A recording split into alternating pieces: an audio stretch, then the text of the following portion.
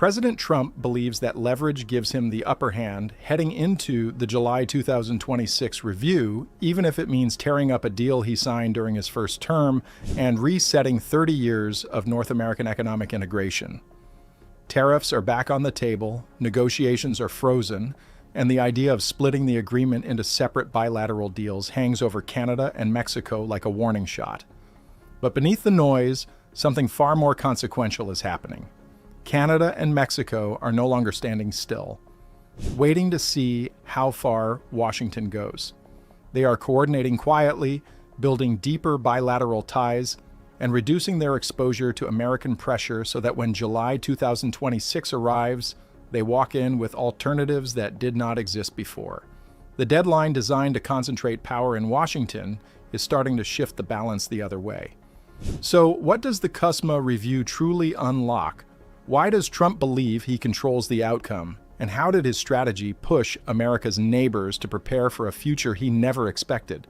When Canada and Mexico sat across the table from Trump's first administration in 2017 and 2018, the negotiations carried an edge that had not existed in modern North American trade talks. The United States made it clear that permanence was no longer on offer. Instead, the new agreement would carry a built-in expiration mechanism, something neither Canada nor Mexico had ever accepted before. Article 34.7 of CUSMA created a 6-year review point where all three countries would need to agree to extend the deal for another 16 years. With unanimous approval, the agreement would run until 2042, followed by another review in 2032.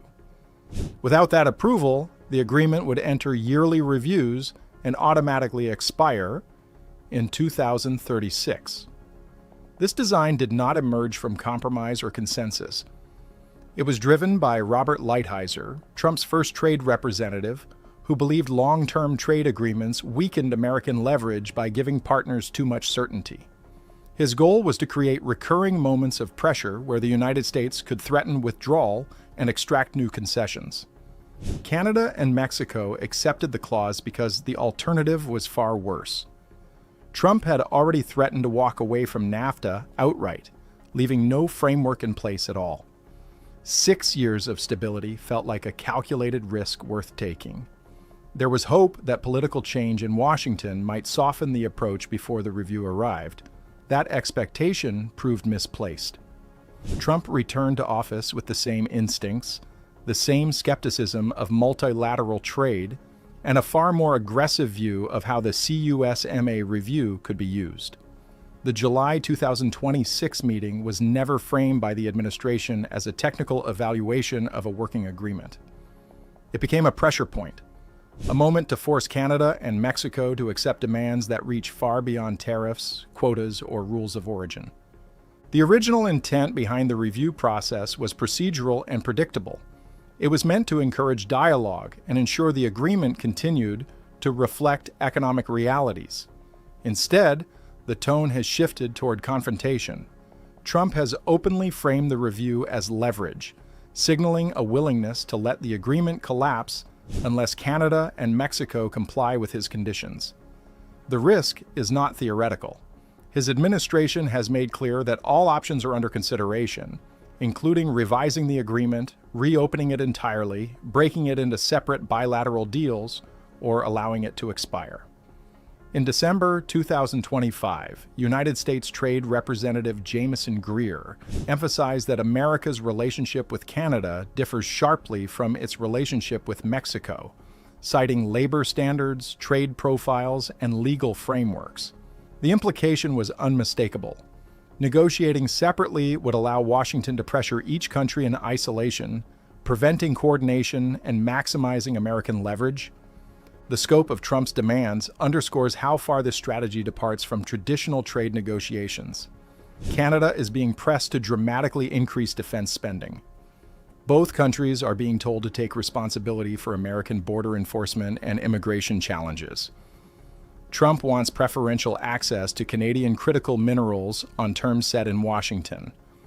Mexico faces pressure to block Chinese investment and manufacturing that could route goods into the United States through Mexican supply chains. These issues sit at the intersection of security, immigration, and industrial policy, not trade liberalization. Yet they are being folded into the CUSMA review under threat of withdrawal or punitive tariffs. This approach carries another layer of risk because it exploits loopholes already embedded in the agreement. Article 32.2 allows member countries to take actions they consider necessary for national security. Trump has leaned heavily on that language to justify tariffs on steel, aluminum, and other goods. In February 2025, his administration imposed 25% tariffs on Canada and Mexico, citing border security concerns. While exemptions were later offered for CUSMA-compliant goods, large segments of trade remain subject to tariffs.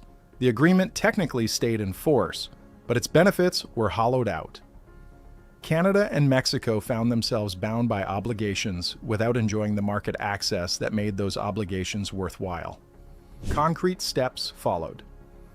In February 2026, Canada prepared to send its largest trade mission ever to Mexico. Hundreds of Canadian companies across 6 strategic sectors committed to participate, backed by cabinet-level ministers leading the delegations. The goal was explicit: build commercial relationships and lock in supply chains before CUSMA negotiations begin.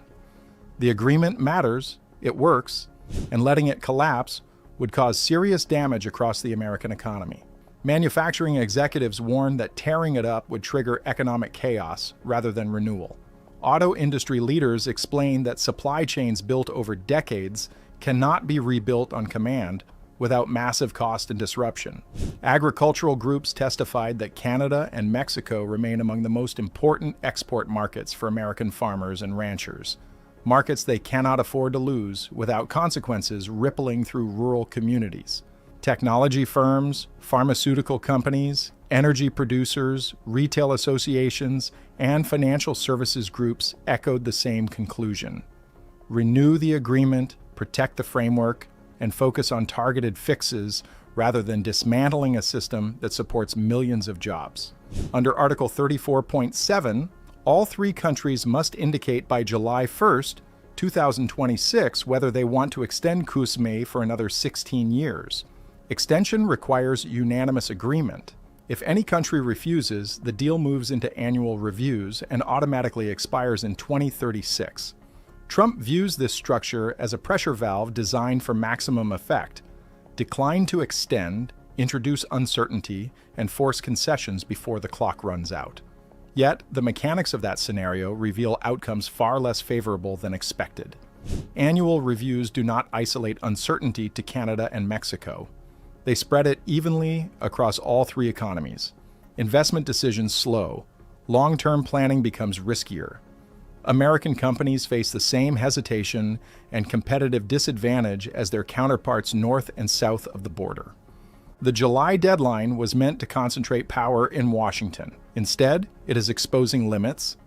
That shift becomes clearer when examining what Canada and Mexico have been doing in parallel.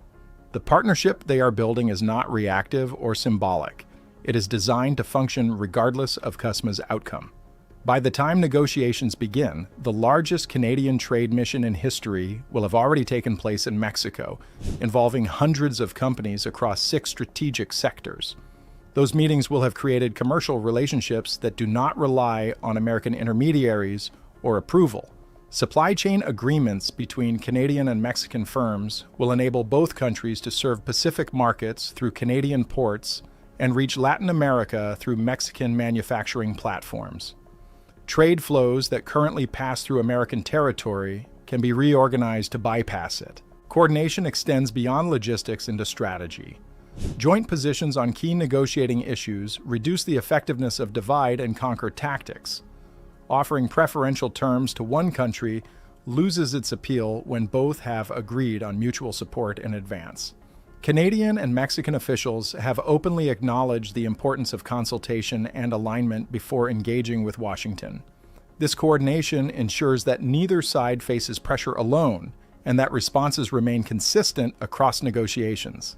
The most important shift, however, is psychological as much as economic.